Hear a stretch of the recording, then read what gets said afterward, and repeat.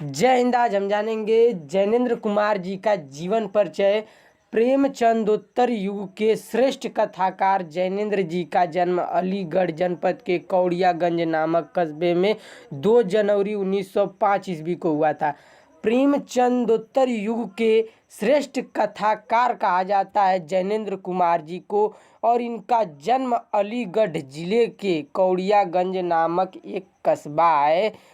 कस्बा किसे कहते हैं? नगर यानी शहर से छोटा हो और गांव से बड़ा हो, उसी को हम कस्बा कहते हैं। उसी कस्बे में 2 जनवरी 1905 ईस्वी को इनका जन्म हुआ था। इनके बचपन का नाम जो था आनंदी लाल, इनको सब बचपन में कहा करते थे।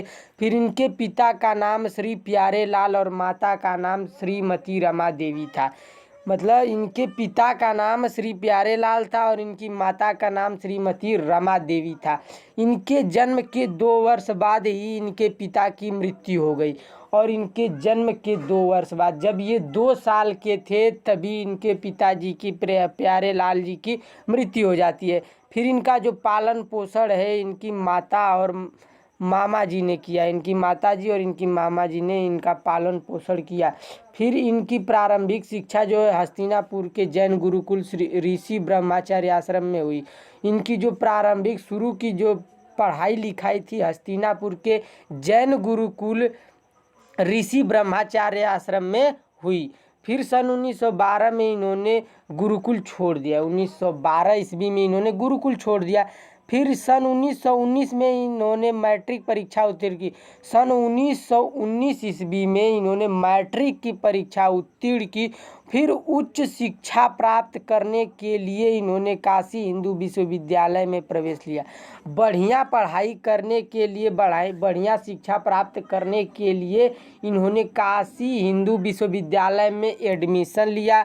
फिर उसके बाद किंतु सन 1921 के असहयोग आंदोलन में भाग लेने के कारण इनकी शिक्षा का क्रम टूट गया।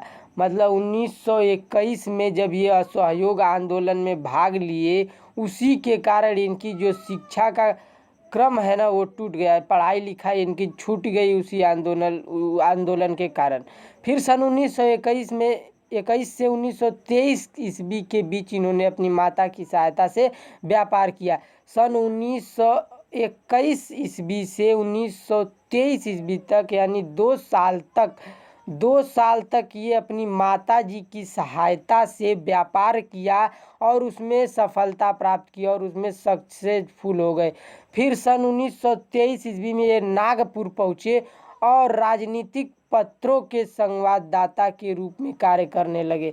1923 में ये नागपुर पहुँचाए।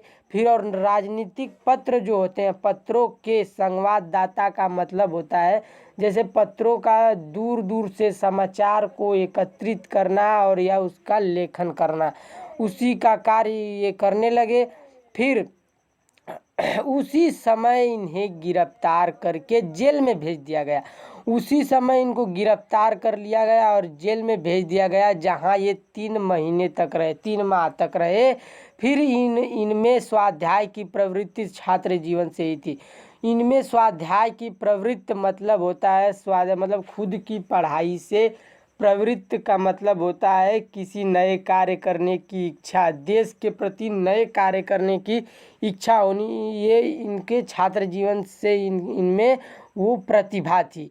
फिर जेल में स्वाध्याय के साथ ही इन्होंने साहित्य सृजन का कार्य भी प्रारंभ कर दिया। जेल में रहने के बावजूद भी इन्होंने साहित्यिक सृजन मतलब रचनात्मक कल्पना से साहित्य की रचना करना, अपनी जो रचना है उसको अपनी कल्पना से जो साहित्य की रचना करना, यानी जिससे देश के का भलाई के लिए यानी समाज की भलाई के लिए, समाज उससे कुछ सीख सके, उसके लिए ये साहित्यिक सृजन का कार्य भी किया।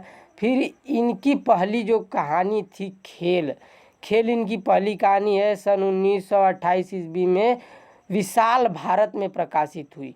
ये जो खेल इनकी पहली कहानी है, ये साहित्यिक सृजन इसका जब इन्होंने किया, जिससे समाज को खेल के बारे में सीखने को मिला।